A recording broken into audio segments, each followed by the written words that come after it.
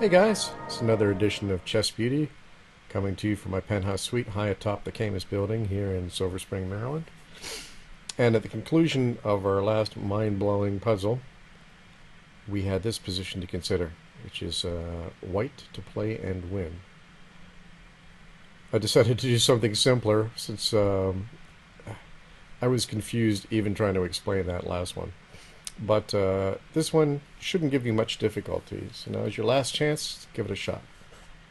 Okay, as Steve Farmer has pointed out in some post I saw, it's more usual for the bishop to dominate the knight in endgames.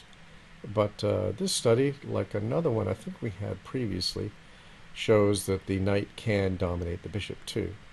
And that's exactly what happens. So the solution is knight to f7, threatening the bishop, and the bishop can go to any of these squares, but his best is probably bishop to a1.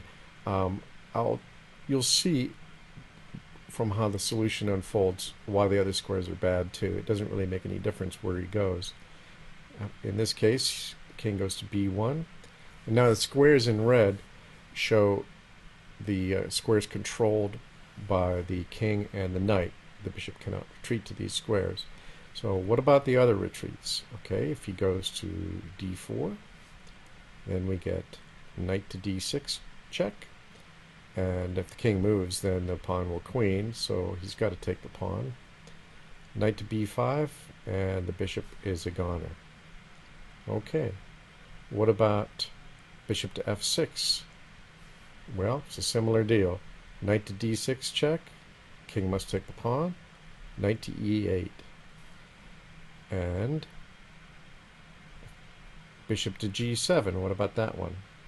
And we get knight to d6, king takes c7, knight to e8 check. Finally, bishop to c3, knight to d6, king to c7, and knight to b5. And it's sayonara bishop. Okay, this would also have worked if he had not gone to a1, as you can probably see. All right, I hope you enjoyed that one. That was from Rinck, big name in endgame studies from 1935. And the next position that we're going to look at in the next show, I don't want to mention Steve Farmer's name more than once. Oh, damn. Okay, so anyway, we'll go on.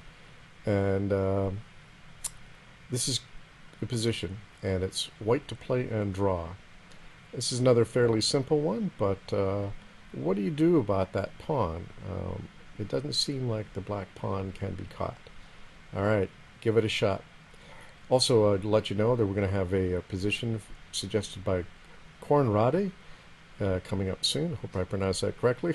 He gave me some advice on how to do that. Anyway, that'll be in an upcoming show. So thanks, as always, for watching. I appreciate it. Bye-bye.